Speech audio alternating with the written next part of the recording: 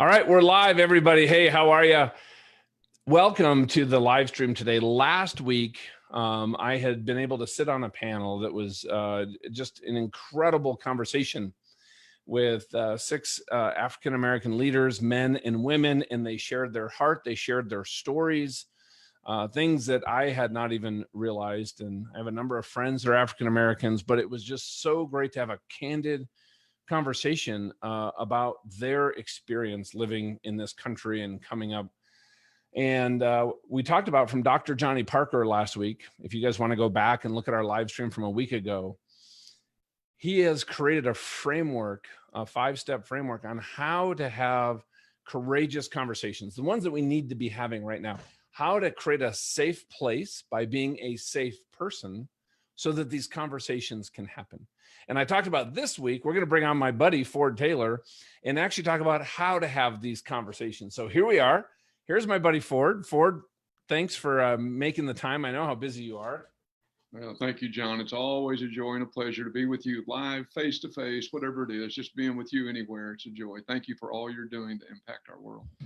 And I just want to affirm something because, you know, I went down to visit Ford and he went to Texas A&M. And if any of you out there know any Aggies, you know that they are passionate about their college, but it does say right here where legends are made. And I got to tell you, Ford, you are a legend. You're an absolute amazing mentor to me. You've just helped me in ways that nobody else in my life ever has. You've spoken truth in love in ways that allowed me to just move forward. And I know that you've done that in the lives of just everybody. Well, everybody you have a conversation with. And I really appreciate that. You've showed me how to be a friend to others. Thank you. John, that's so kind. You're welcome. And thank you for doing that in return. You're a blessing. Well, here's where I want to dig in. And this is one of the reasons I asked Ford on, because, hey, here's what we're talking about is Ford and I said, okay, we really want to have a conversation about creating unity, about staying at the table, staying in relationships, staying in conversation.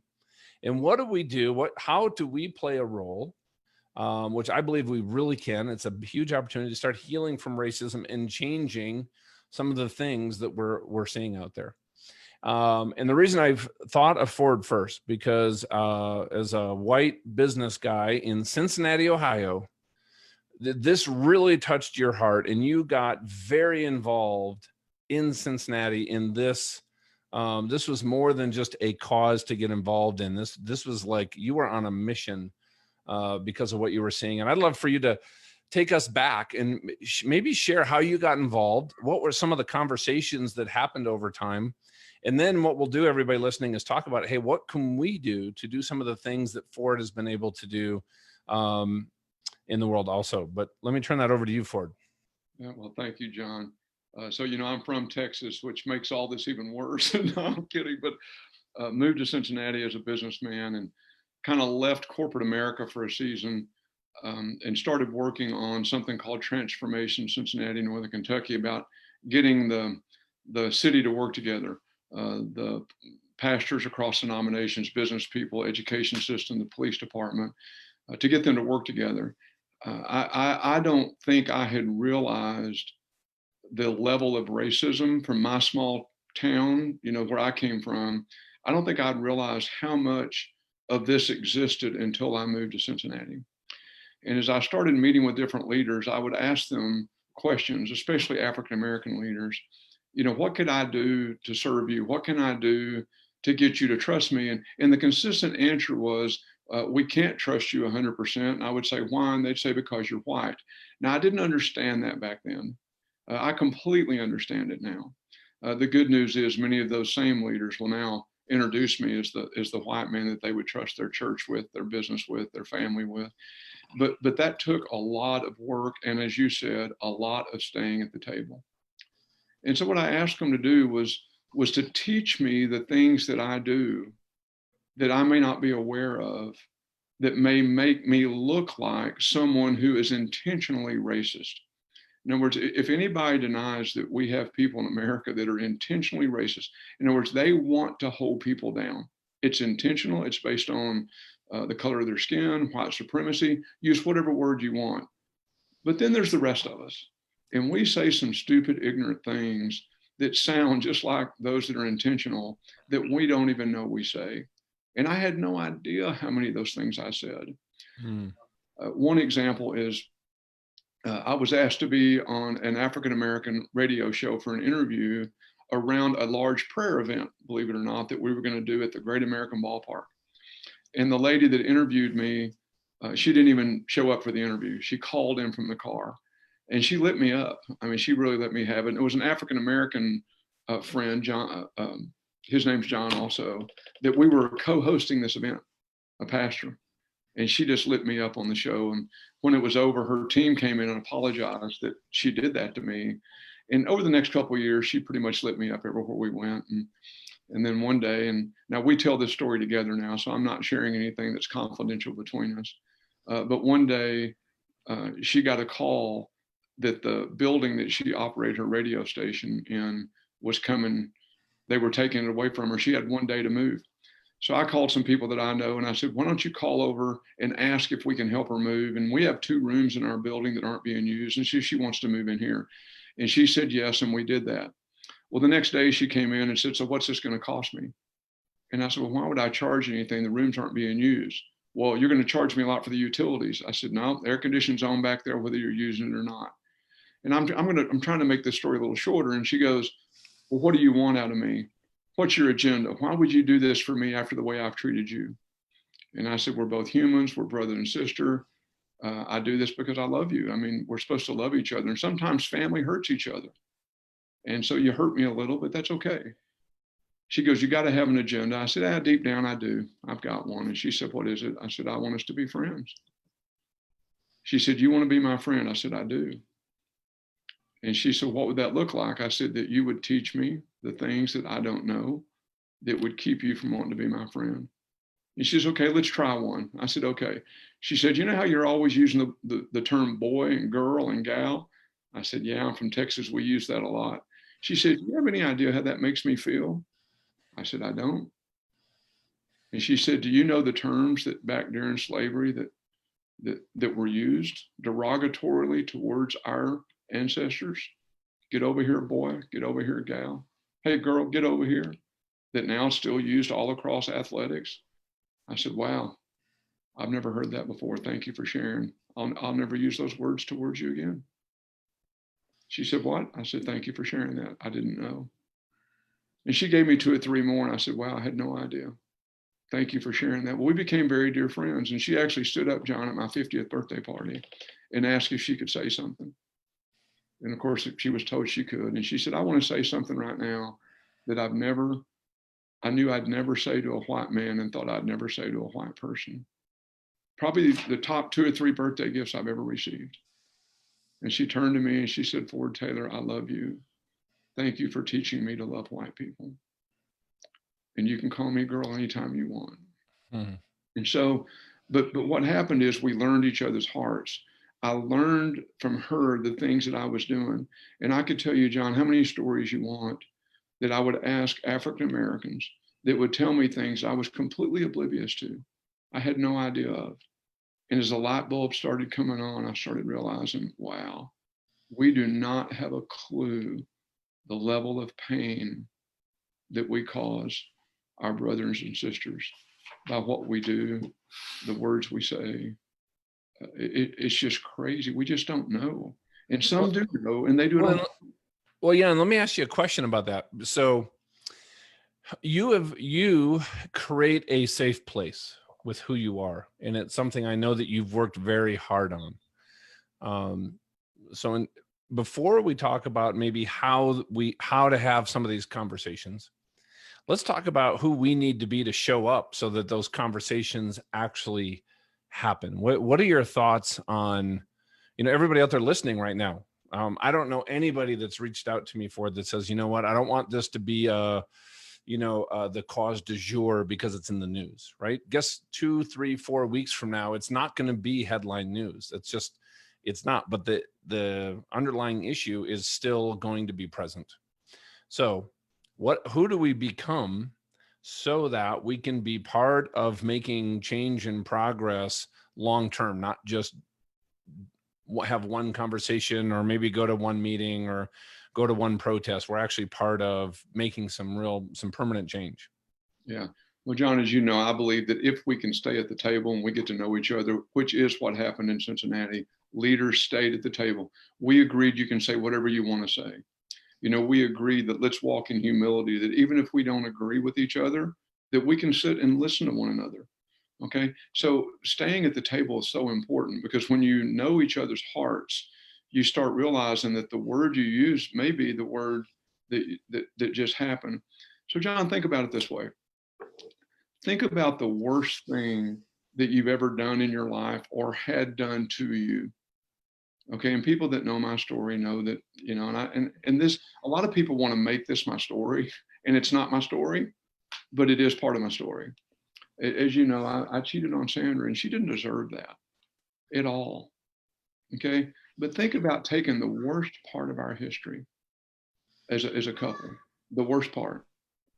And think about that, you know, I told her I was sorry and she forgave me. And we have a great marriage now. But what if I had gone out and put up statues of the women that I cheated with, or put pictures downstairs in our home that every time she walks downstairs, that picture's glaring in her face? I wouldn't do that to her. Or you keep talking about her. Or I keep talking about it. It's no big deal. Oh, but if I said no big deal, you know, honey, that happened 20 years ago. It's not a big deal. But think about this. And she reminded me this of this weekend. And I asked her, honey, would you mind if I share that story on these podcasts? Because this really nails it home.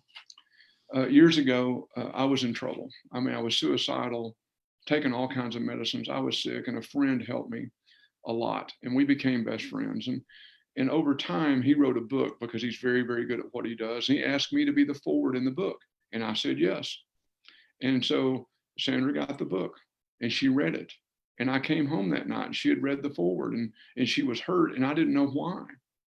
And at dinner, I said, can you help me with, what did I do today? Because I've clearly done something. And she said, it's the forward in the book. And now let me tell you how I defended it. You ready? First words out of my mouth.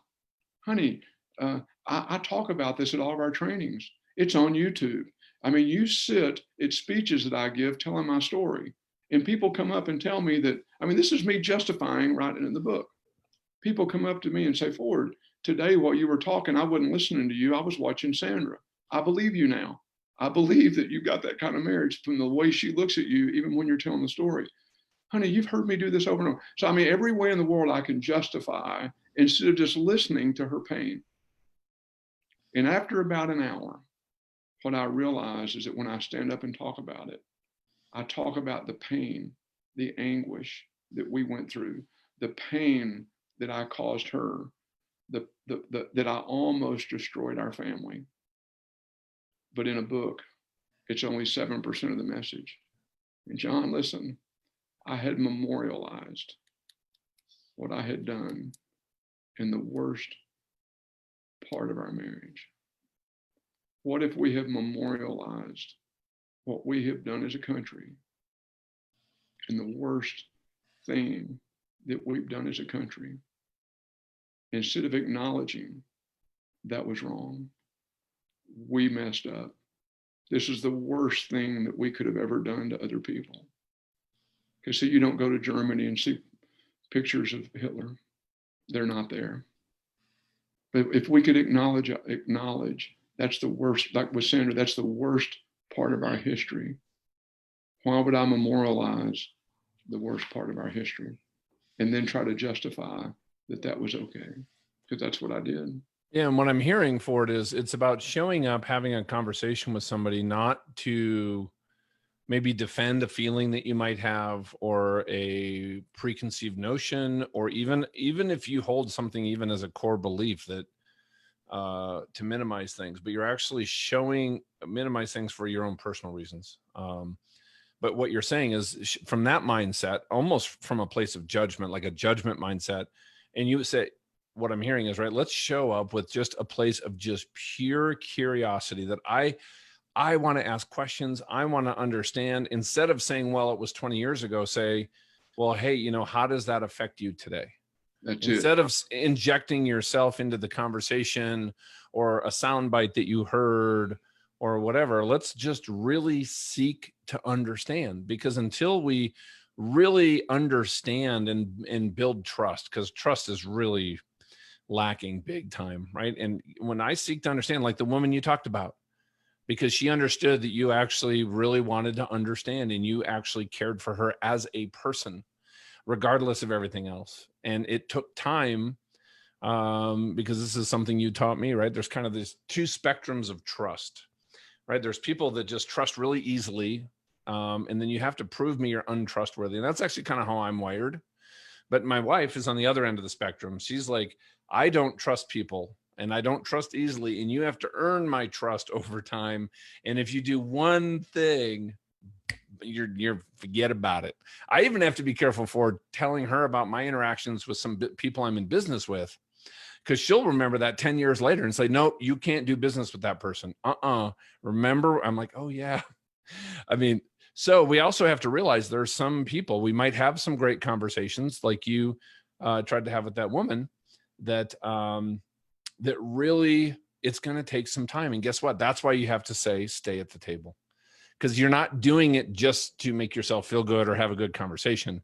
You're actually, how would you describe, what are the right reasons, the right motives that you think allow somebody to stay at the table building trust, even if it might take years? Okay. And again, so if you take the Sandra story, Mm-hmm. if I had just listened and listened for her pain, right? We could have had that conversation in 5 minutes, but instead I had to justify it. So that was step number one. Walk in a place of humility that you don't have to justify your position on everything that you do or say, and be open to somebody else's pain. Now, when we're willing to do that, and if we understand what you just said, we have people that don't trust at all till we give them a reason to trust. We have people who trust 100% till you give them a reason not to.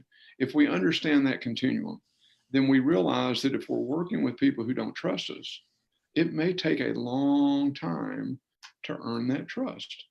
Okay, so one is that we walk in humility. We don't try to defend our position when someone else shares their position. Because as soon as that defensive posture takes place, what happens? Anger kicks in, brains get small, arguments take place. Now we become part of the problem instead of becoming part of the solution.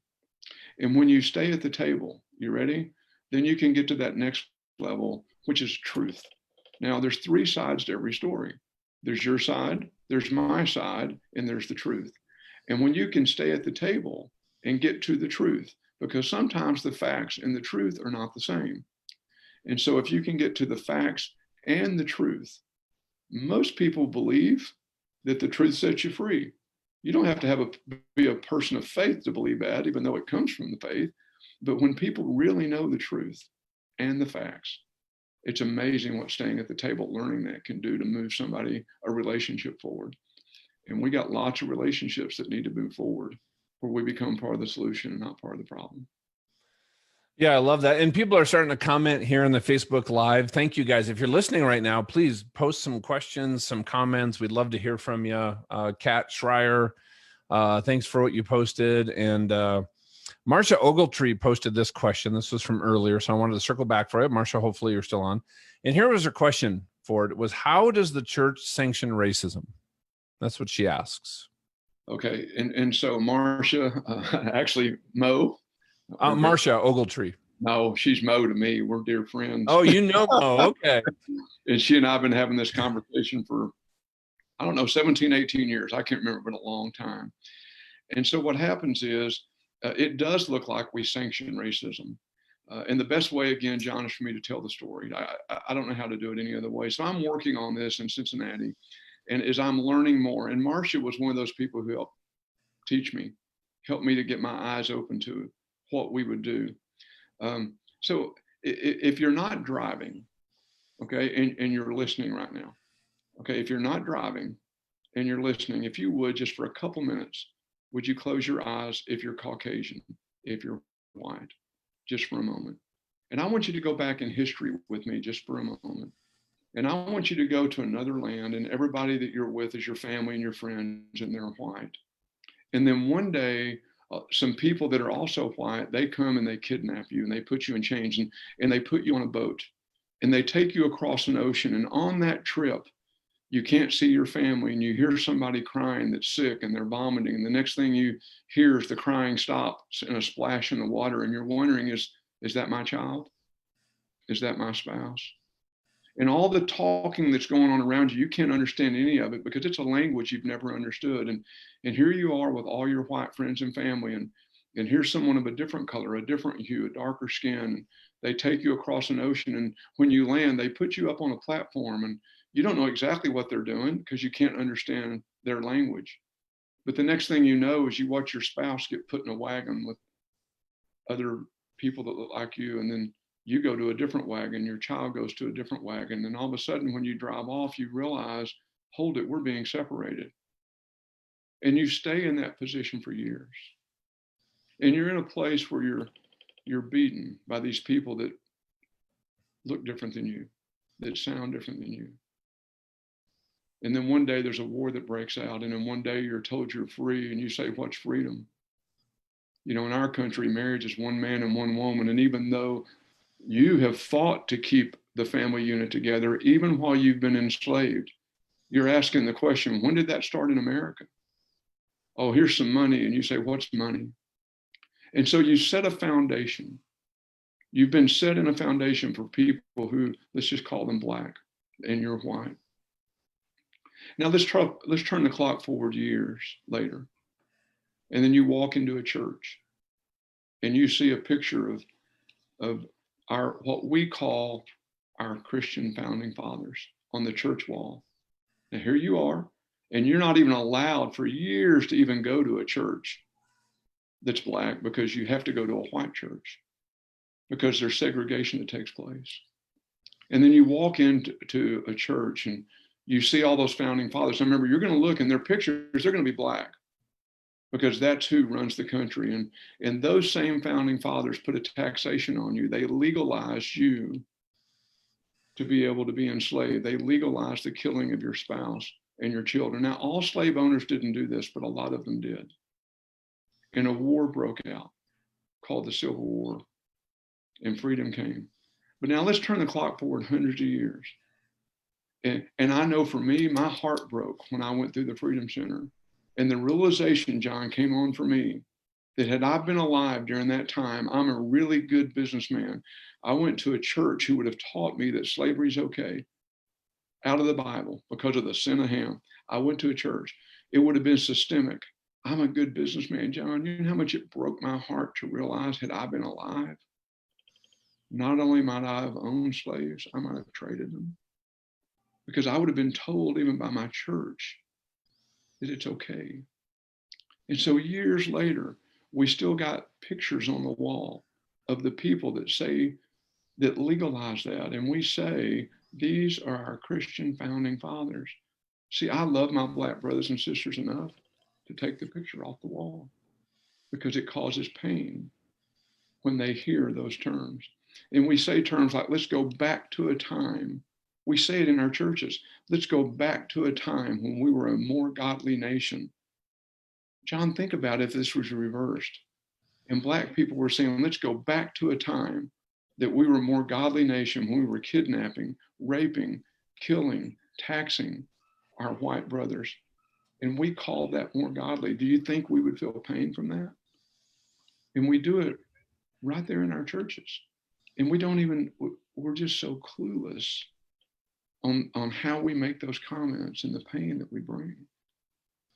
So yeah, I personally don't think a lot of it's intentional. That's just my opinion. You may get hammered right now by your black audience. That's just my opinion.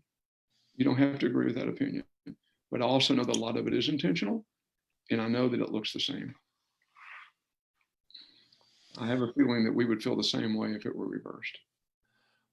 Oh yeah, and I'd want somebody to understand. You got to feel my pain.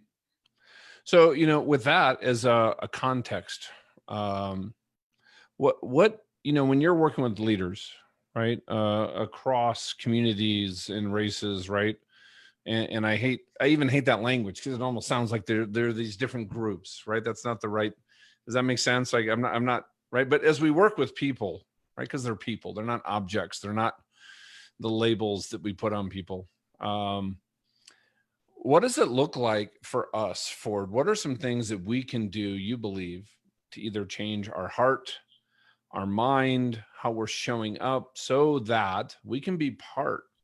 I mean, at the end of the day, we are here with a kingdom mandate, right? My prayer every day is that God reveals his will out in the world to me. I used to pray, God, show me your will for me. And what do I need to do? And I realized that's not how he wants me to be in partnership with him. And my prayer is reveal your will out in the world and then show me so I can join you in the work that you're doing. What do I need to do? How do I need to change? And I got to tell you, sometimes when he's asked, and you guys might experience this, this stretches you out of your comfort zone. You might have a crisis of faith when God has you move into a new area. I mean, think about Moses. He's like, his will was not for Moses to go, back into Egypt. His will was so much bigger than that. It was about freeing a nation. And he came to Moses and said, I want you on my team. And what did Moses say? Yeah, I stutter and who am I? And they hate me. And I try to kill somebody. And, can you find somebody else? Right. That I kind of saw that as this crisis of faith. So what I'm asking for is if we really see this from a kingdom perspective, which is really our mandate, love God and love others. How do we bring that out in the world in the way that you have? Well, John, one of my theories is that, that all transformation of an organization, of a city or a nation begins with personal transformation. And God does tell us, Jesus answers the question, what's the greatest commandment? How do I enter the kingdom of God? How do I spend eternity with you? And he answers with the scripture you just said. Love the Lord God emotionally, physically, mentally, and spiritually. I'm putting in our current language. He says the second is equal to the first. Love your neighbor as you love yourself. And my theory is we do love our neighbors, we love ourselves, and there lies the problem. Because we don't truly understand how much God loves us and how forgiven we are. Because when we understand that, guess what? We can go into every meeting with unconditional love, unconditional forgiveness, humility, which means a willingness to repent and turn from what we're currently doing and doing something else, because that's what it's going to take. If we want to keep thinking about this the way we've always thought about it, we're going to keep feeling the way we've always felt. And if we keep feeling the way we've always felt, we're going to keep behaving the way we've always behaved. And if we keep behaving the way we've always behaved, we're going to keep getting the same outcome. So, John, we have to go into that room willing to be silent and listen. We have to hear the pain, because if we don't, we're not going to have a country. I know people don't want to hear that, but America will not stand if we don't resolve this issue. It's a big one. But John, we have to learn to hear and not be hurt when we're told what you just did made me feel this way. Wow. Our response should be, thank you for sharing with me. That's how it made you feel. I'm going to do my best not to do that anymore. And then get to the table, build trust, and come up with plans, solutions to fix this problem. Yeah. So thank you for that. And Kat, somebody in the comments posted that she's working with some disadvantaged communities. She's done a lot of work in philanthropy and ministry and business. And she had a post about the work that we were doing. And she got completely ripped apart on social media by a group of white millennial women that just completely so these are just some of her posts there. So when you see that, because there's emotions are now at such a high, and it's interesting to me today, the division I see in the media, which I think is fomenting it, because I don't know anybody personally that doesn't think we have a problem and we need to fix it in lots of different areas, from policing to our communities to education to, I mean, you name it. But there's like this narrative, if that's the right word. But how do we handle that when we're starting to put ourselves out there in a way, and you might get blowback from places if you're really doing it with the right heart, but from places that either people that have either an agenda or just misunderstand you and maybe they're not where you're at yet. Yeah. I'm looking at a friend that's sitting in the room with me that this just happened to him on social media. So John, think of it this way, because I believe what you said is true.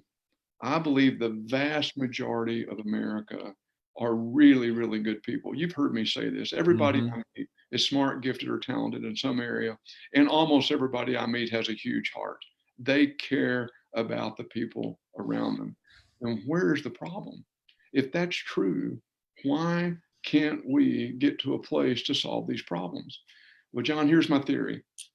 Okay, my theory is that we have 3 to 5% of America that lives on one end of the political spectrum, and we have 3 to 5% that live on the other end. Okay, and those 3 to 5% on both ends, they get all the attention, and the rest of us live someplace else. And that's why you say, man, everybody I meet knows we got a problem, and they all say, let's solve the problem. But we aren't. I'm not getting interviewed on CNN. How about you? No, not yet. But well, I'm still waiting. Maybe I should check my email as soon as we're done with the live stream, see what happens. Because see, most of us live somewhere of, you know what, guys, we probably could solve this if we stayed at the table. You know, most of the what we call riots really aren't riots; they're peaceful demonstration until that 3% shows up and turns it into something that it was never intended to be. And who gets all the attention? 3%. There you go. And all those peaceful things that are going on saying, hear our hearts. We're hurting out here. We're in pain. Throw us a life raft. Give us a hand. They're not getting heard. Listen to me, please. Please, love me. I want to be together. Yet because we listen to the 3% and the other end screams back that look at all those people doing this. Guys, it's not all those people. It's a very, very small percentage. But the media wants to convince us. Why? That sells news and it keeps the system in place. And most of America is tired of the system, but they don't know how to change it because we have a two-party system, which is fine. But as long as we have that, both systems are good as long as the system doesn't get rattled. And so you're right. If you sit down and have the conversation with 100 people, odds are there's going to be 3 on one end and 3 on the other, and the rest of us are going to be going, come on, guys, we can solve this. Let's just stay at the table. Let's get to know each other. Let's learn each other's hearts. Let's be quiet. Tell me when I'm doing something wrong. Wow, thank you, on both sides. Okay, because guess what? Then there's not sides anymore. Now we're all one human race because we've heard each other. Yeah, and so I'm going to ask you a question before, but I got here's another comment from Mo. Right? Here's what she said. White churches have not told the truth. They have preached a white gospel when 90% of the Bible is about Black people, including Jesus. And so this is such a great example because I'm just curious if as I read that, as anybody out there who might be listening or watches this might have some kind of reaction to that. Right. Or do you go, okay, I really want to understand Mo's point, right, Ford? Right. Well, I want to understand Mo's point because she and I have had these conversations, and early on they were a little bit tough. They were real hard on me because Hey, Mo, by the way, you're awesome. Yes, you are. I'm the one that sent me. I want to meet Mo when I come out there next. Yes, you do. Everybody wants to meet Mo. And you want to meet Tracy too, the lady I talked about earlier. If there ever was an injustice to a Black woman Democrat in our country, it happened in Cincinnati, Ohio to this lady. And again, we've been dear friends. So I'll just throw that out there. I wish the African-American community would have come around that. But anyway, we don't have time to go into that right now. But yes. And so what happens is, yeah, if you read the Bible, where was Jesus from? He was a Jew. I know in Texas, we like to say he wears cowboy boots and cowboy hats. I don't say that anymore because it's all a big joke, but I know how that can get heard. But he was Jewish. Where did he go when he wanted to blend in and escape? He went to Egypt. Now, a white person is not going to go to Egypt to blend in. Okay? And so there's a much higher chance that his skin was somewhere between that olive Arabic, I mean, I don't know, I wasn't there, and Black than it was European. But again, it's historical. Well, the chances of it being European are probably zero. Zero. The thing is, we don't know that, we don't realize even when we put that up. And maybe in the beginning they did, and maybe it was on purpose. But most of us, we've never even heard what Mo just said. It's never even been put before us. So here's a question for you. You know, as we kind of wrap up here, everybody's been listening, got a pretty good audience here. Give us some hope, right? You talked about this system. It does seem like this is a problem that's so big. What can one person do? We do have these two political parties that just seem so entrenched in agenda and being reelected, right? Saying whatever it takes to be reelected, right? Their agenda is not, it's been a little bit disheartening to me, right? This was an amazing opportunity for both sides to actually come together, and no matter what, it's just this. So it feels big. It feels bigger than me. But you talked about the 3 to 5%. What if just 3 to 5% of a church, 3 to 5% of a business, 3 to 5% of people that are involved in a community are take this on and are advocates for building trust, building a relationship, making change. And I just from that framework forward, what are some things that we can do so that we actually can have hope that we actually really can, as an individual or as a team or as groups that we put together, actually be part of a longer term positive change? Yeah. John, the best way I can put it is get to know and become friends with people who don't look like you. And I'm talking about friends. Know them, listen to their hearts, learn about their families, learn about the pain that they've experienced. There's so many stories I've heard over the years, like Mo and Tracy and Jerry and John and all these friends that I've developed, the friendships of the things that happened to them that I've never experienced. Get to know that. And what happens, you'll find that if enough people get to know each other, we really might get a movement going. You really might have a momentum. And we had some of that in Cincinnati and still do, okay, where they stay at the table. You know, they're doing billboards together now, this thing that we call the social covenant on resolving conflict, how to stop gossip, how to go to the person one-on-one in humility, pre-forgiveness, truth. I mean, how to do those things. They published this on the back of the two biggest papers. Hundreds of churches got on there together and they said, we're here to help. And it's across denominations, it's across color of skin. I made an offer. We had one of these killings in our city, a young man named Nathaniel Jones. And I went and met with the mayor and some Black leaders and offered to take the whole police department through this TL training back in 2004 and bring African American. And anybody listening, when Ford mentions TL, it's transformational leadership. It is one of the most powerful systems of leadership training that I've ever seen, and it's something Ford learned after building a company from just a teeny little startup to a massive public company. And then Ford left that to go take what he learned in that entire experience to just equip leaders to do business really from the heart, from the place of being the best version of ourselves. And it's really powerful. So, but I just wanted to throw that in there, Ford. Thank you. Sorry about that. As you know, I don't really promote this much, but I offered the mayor and one of our leading African American pastors, guys, if you guys could just take 1 inch step towards each other, we might could put together a plan to change our city. I said, we could bring leaders together and it might take 50 years. But if we worked together and got the right leaders in the room, we might could do it in 20. And if we worked hard, we might could do it in 10. And if God showed up, we might could do it in 5.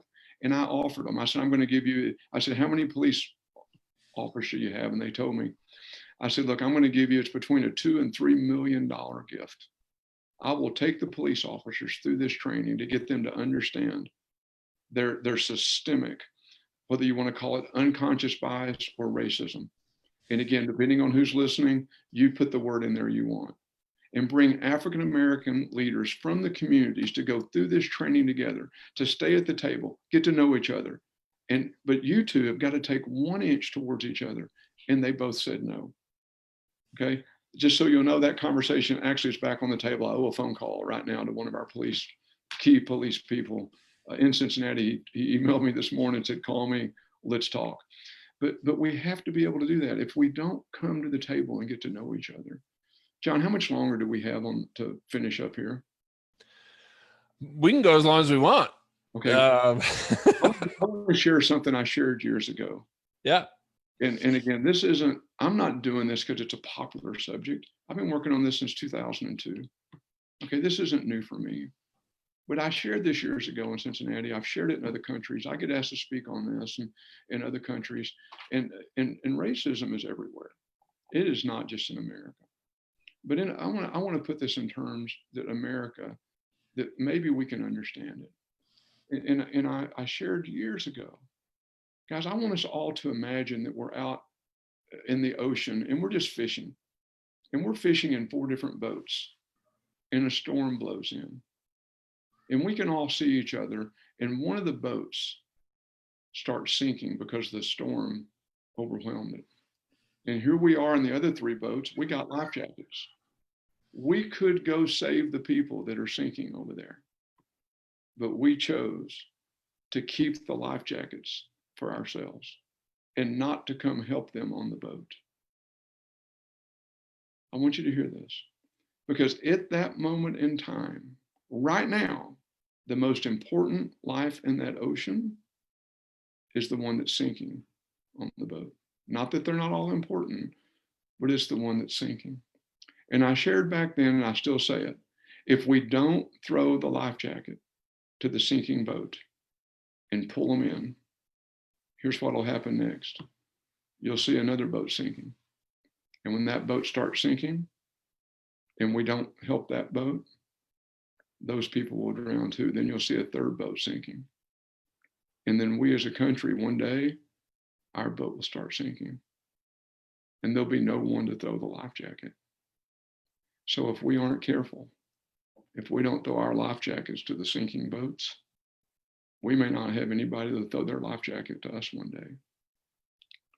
And so it's important that we know that there are times, John, that your life today is far more important than mine. You might need the life jacket today, and I might need it next week.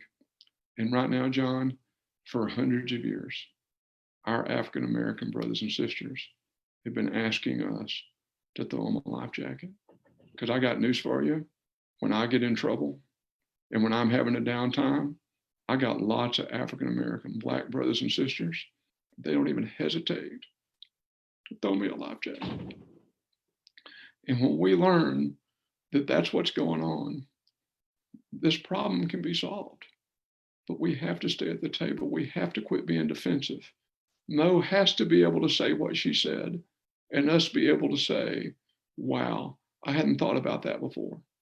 Or, yeah, I've thought about it and I'm still a racist. But you got to make that decision instead of getting all offended and defensive when someone shares how they feel about something. It's so critical.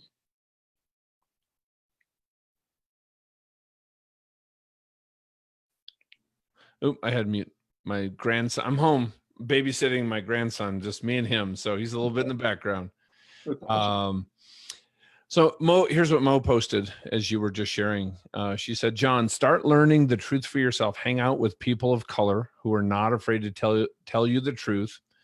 And Mo, some of my closest friends are African Americans, and I agree, but actually getting to that point of trust where they are really open to share everything. Like Ford said, it is a process. I totally agree. And it's something I do need to do more of. Absolutely.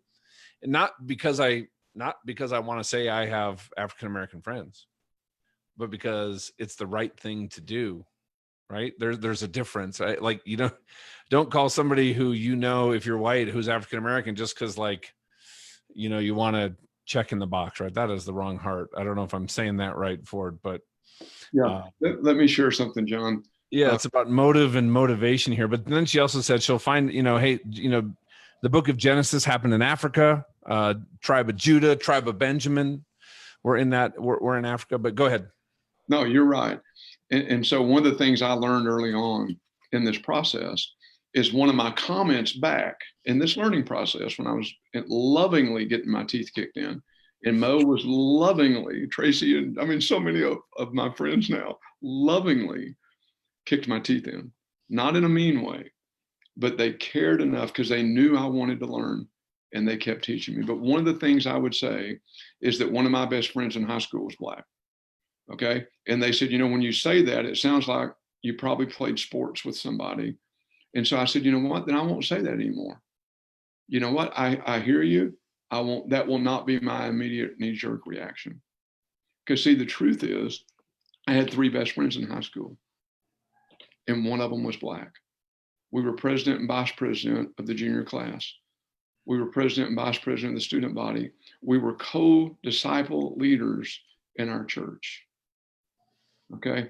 But you know what I learned even from that, John? And I mean, he even told my wife a story that Ford was not like most white people back in the 70s. And he told her a story about how I had a car and he had a date. And I threw him the keys to my brand new car and told him, here, you use my car on your date, because he didn't have a car. But I even learned back then, John, that statistically speaking, because I'm 6'3", so I'm over 6'1", and this is pure statistics. Because I'm over 6'1", I had blonde hair. As you can see now, that's changed a little. As you know, John, I tell people I know Sandra still loves me. How do I know? She still tells people I got blonde hair. But anyway, so blonde hair, blue eyes, and white skin. Just go read the statistics. It gives me an advantage.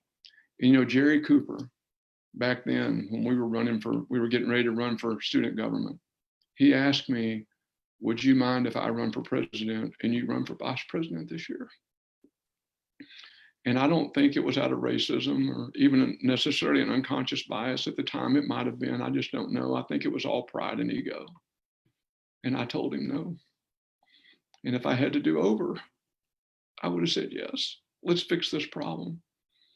And in Cincinnati, when we have this group called the City Servants, and a leader stood up one day and he looked at me and an African-American leader and he said, we need to officially ask you to lead us in this movement. And I stood up and I said, guys, I'll consider it under one condition. It's funny, this man's name is Jerry too. I said, I'll consider it under one condition. And they said, what's that? I said, that's if Jerry leads us.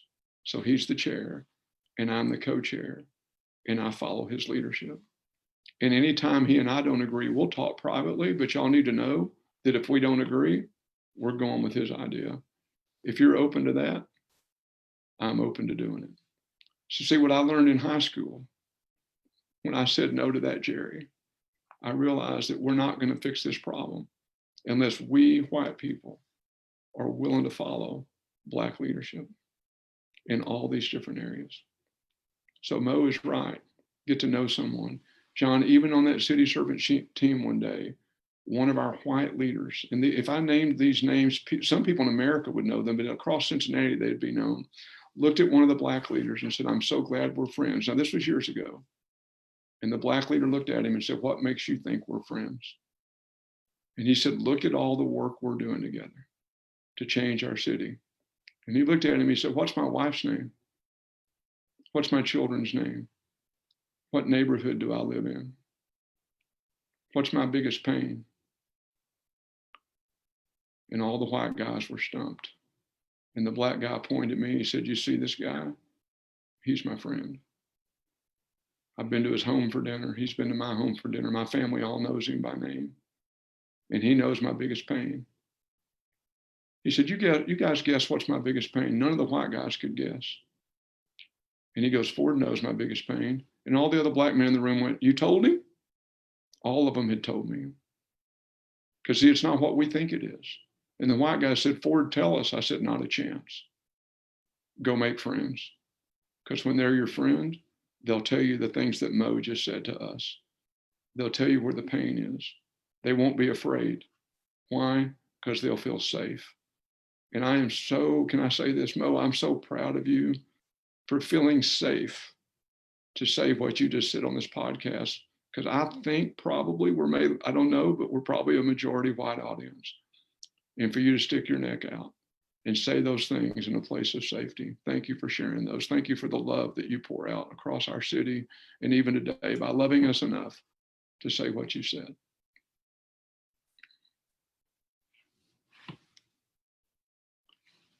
You're muted. Yes, that is the grandson muting button. Mo, I would just want to say I echo what Ford just said. And Mo, thank you. And I look forward to meeting you. And I really hope everybody heard Ford's heart in that it's about developing deep, not just relationships, it's friendships with everybody around you. And you know what? That is how we start to make changes, right? It's our relationships that we have. And if all of your relationships are with a whole bunch of people that are identical to us, our beliefs, our habits, where we go to church, what we look like, how are we ever going to understand what the real needs are of other people to serve them? If we really want to take on the kingdom mandate to go help other people, we have to. And that's something, Ford, that is something, you've personally helped me with. I'll never forget, because I was actually embarrassed, which is probably why we were at the dinner table. This is when we first met. And you said, "Hey, John, okay, if it's night and you're walking down a street and you see 3 black young guys coming up the same side of the street, what would you do?" And I said, "Well, I'd cross to the other side of the street." And I was thinking, and then he called me out on that. And my first reaction, Ford, was, well, I would do the same thing if there were a bunch of white guys, because at dark, at night. So I started, immediately going into justifying why I said what I said. But then honestly, I really started thinking about it. Is there a perception that I have that's not even accurate, that's just based on all this stuff that's filtered in? And I really appreciate the fact that you would, and we just met. This was a dinner table with Patty was there, and Sandra, and I think there was 2 or 3 other people there, right, that I didn't know. And I love the fact that you're bold and you're candid, but you do it with such a love. But it's honestly, it's those kind of conversations we need to also have when we hear somebody say something or say it in a way that you just know it could be hurtful to somebody else. That is such an opportunity for us to even have a conversation with a friend, like we just heard Ford share. I mean, there's a lot that we can do, isn't there, Ford? Yeah, and John, remember when Marcia and I first met? Marcia Ogletree, she was Marcia. As we became friends, she was Mo. Well, Marcia, I will call you Marcia until you tell me to call you Mo. How's that? I love that. Well, with that, everybody, there was just some great comments in here. I hope this was just a conversation that helps you to go have conversations, to maybe examine some of the events in your life, right? When somebody says something, there's something that you think. This is something Ford teaches, right? There's a thought that happens that leads to an emotion, whether it's defensiveness or feeling disrespected or devalued. It doesn't matter where you come from. And then we take actions out of that. So here's a question: is, as things happen in your environment, you hear things, you're in conversation, examine that process for yourself. And are those actions that you're taking, are they actually helping you become a better person? Are they helping you build better, deeper, trusting relationships? And if they're not, see what you can do to change that. And if you're really struggling with it, and trust me, some of that work is challenging, go find somebody in your circle of friends that you can share that with and say, I need to get better at that. Even if it's just a little bit, right? Will you be my wingman? Will you be my bumper buddy? Will you come alongside me? Let's work on this together. How does that sound? You know what? If we could all just have 1 or 2 people in our life that we were sharing some of our successes and failures with, as we share with them where we want to go and what our mission is and what our vision is for our life and the impact that we want to make. And then somebody who's, you give permission because you trust them to hold you accountable, right? To call you up and go, man, how'd it go today? You're working on your marriage, John. How's it going with your wife today? Like, oh man, why do you have to call today? All right, I got to go make some things right. And Ford, I'll call you back and let you know how it went. But you know what? Right. We need people in our life like that, don't we, Ford? We all have to have them, John. We cannot do this alone. And if we think we can change the country with a bunch of middle-aged white people or a bunch of middle-aged black people, if we think we can independently change our cities, our nation, or any organization, independent of one another, we are absolutely fooling ourselves. So yeah, we all need those people in our lives. And John, thank you for being one of those. Mo, thank you for being one of those. I don't know who else is listening. There may be others, but thank you for that. We got Jim Brangenberg, Rick Ameton, Catcher. We got a whole bunch of people pitching in here. So Scotty, there's actually a whole list. Michael Hudson, Stephen McGee, Nate Sally, Joe Lalonde, Brian Lee, and on and on and on. So we've had a lot of people.